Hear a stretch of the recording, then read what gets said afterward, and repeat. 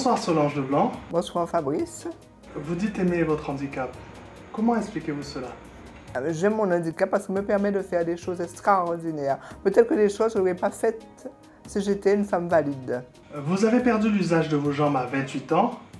Quels furent les mots les plus utiles et les plus doux de vos parents à votre égard? Mes parents, oh là là. Papa, j'aimais quand il me disait, vous qui êtes loin, parce que c'est une femme du bout. Et maman, elle a voulu que je sois indépendante. Elle ne m'a jamais caché, elle ne m'a jamais rien refusé. Donc j'ai eu une enfance merveilleuse. C'est vrai que nous étions cajolés, gâtés, pourris, mais on avait quand même notre liberté. Maman, elle ne nous a jamais considérés, je dis non, j'ai aussi une soeur en situation de handicap, elle ne nous a jamais considérés comme des personnes handicapées, des infirmes comme on disait avant. Vivre le handicap et la vie avec votre sœur frappée comme vous de myopathie, ce fut une chance, un soutien ou une façon d'avancer à quatre mains? Marie-Jo et moi, d'ailleurs, Marie-Jo d'abord, elle est mon aînée, et nous avons toujours vécu ensemble. Marie-Jo, elle est mon équilibre.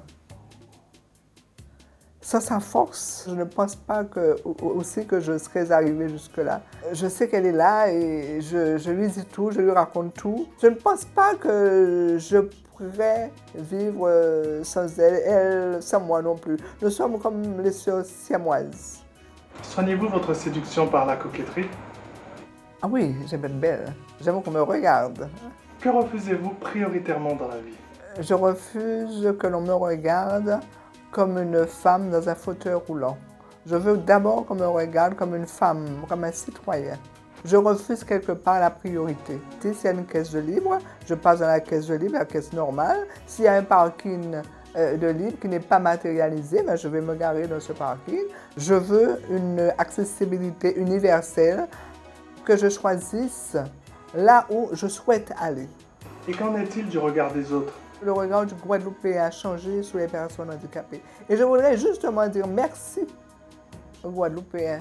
Parce que quand on voit des personnes se déplacer en fauteuil roulant sur la chaussée, les Guadeloupéens font attention. Et qu'est-ce qui vous renvoie à votre fauteuil? Ce qui me renvoie à mon fauteuil, c'est l'inaccessibilité.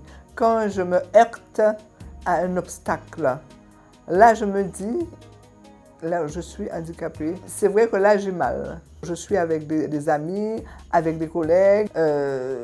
Nous arrivons quelque part, il y a des escaliers, eux peuvent monter et moi je reste en bas. Là je deviens rouge. Et c'est là le sens de mon combat.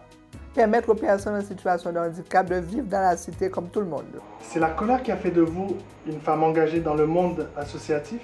Quand je me suis engagée dans le monde associatif, dans la vie associative, je n'étais pas encore en colère. Maintenant je suis en colère.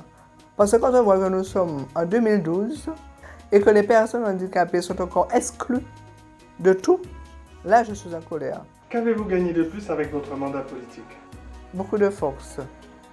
Être la 5e adjointe au maire de la ville des Abîmes, c'est quelque chose d'inimaginable, peut-être pour une personne en situation de handicap. Mais moi je considère aussi avoir acquis beaucoup d'expérience, beaucoup de charisme, et aussi beaucoup de moyens d'agir pour aider nos administrés en situation de handicap. C'est probablement la plus belle histoire de ma vie.